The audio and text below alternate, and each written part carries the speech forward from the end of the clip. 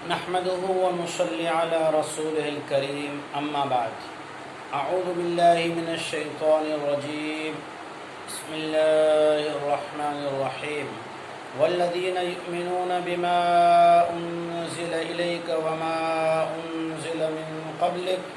وبالآخرة هم يوقنون۔ اس آیت کریمہ میں عبداللہ بن مسعود رضی اللہ تعالیٰ عنہ اور عبداللہ بن عباس رضی اللہ تعالیٰ عنہ دونوں حضرات یوں فرماتے ہیں اس کے تفسیر میں کہ ان ایمان والوں کا ذکر ہے جو اہل کتاب تھے، اگلی کتابوں پر بھی ان کا ایمان تھا، اگلے نبیوں کے احکامات جو انہیں ملے تھے اس پر بھی عمل کرتے تھے، اور جب جناب محمد رسول اللہ صلی اللہ علیہ وسلم نے نبوت کا اعلان کیا تو یہ لوگ آپ پر بھی ایمان لائے اور آپ کے اوپر نازل ہونے والی کتاب کلام اللہ مجید پر بھی ایمان لائے۔ تو کل جو ہیں اگلی آیت میں ان ایمان والوں کا ذکر تھا جو پہلے مشرک تھے یا کافر تھے اور ایمان میں داخل ہوئے۔ اس آیت کریمہ میں ان ایمان والوں کا ذکر ہے جو اہل کتاب تھے اور جناب رسول اللہ صلی اللہ علیہ وسلم کے نبوت کے اعلان کرنے کے بعد آپ پر بھی ایمان لائے۔ والذین یؤمنون بما انزل الیک، وہ لوگ جو ایمان لائے آپ پر نازل ہونے والی کتاب اور احکامات پر، وما انزل من قبلک،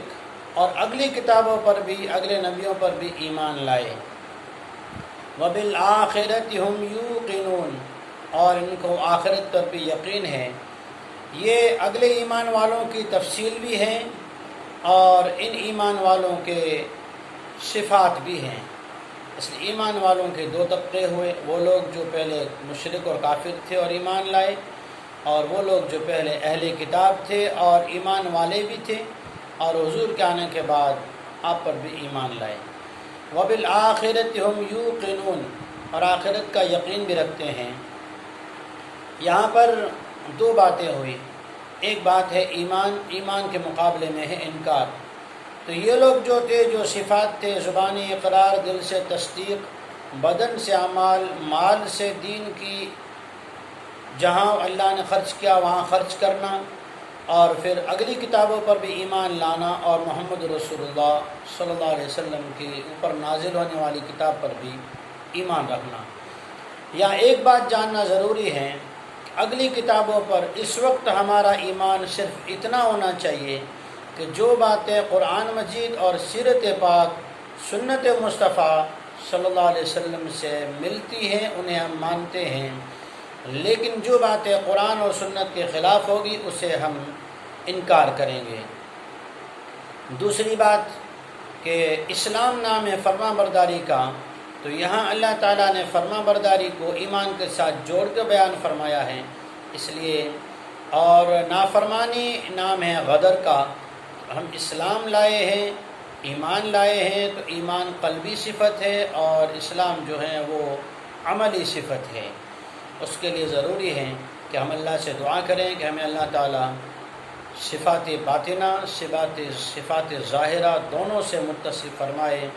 اندر کا ایمان بھی بنانے کی توفیق عطا فرمائے، ایمان کے مطابق اسلام پر یعنی اللہ کے اور جناب رسول اللہ صلی اللہ علیہ وسلم کے احکامات کا پابند بننے کی توفیق عطا فرمائے۔ اس کے بعد یہ اللہ نے فرمایا اولئک علی ھدی من ربہم، جن کے ایمان اور اعمال کی یہ صفات ہوں گی یہ اللہ تعالیٰ کی طرف سے ان کے لیے سند ہیں کہ یہ ہدایت والے ہیں۔ وَأُولَئِكَ هُمُ الْمُفْلِحُونَ، اور یہی لوگ ہیں جو کامیاب ہونے والے ہیں، جن کے ہدایت والے اور کامیاب ہونے والے اللہ نے اعلان کیا ان کے اندر یہ ایمانی صفات بھی ہیں اور اسلام کی اطاعت و فرما برداری بھی ہیں۔ اللہ تعالیٰ سے دعا ہے کہ اللہ تعالیٰ ہمیں ایمان و یقین بھی نصیب فرمائے، شک و شکوک و شبہات سے اللہ حفاظت فرمائے، اور اطاعت و فرما برداری بھی اسلام کی عطا فرمائے۔ السلام علیکم ورحمۃ اللہ وبرکاتہ۔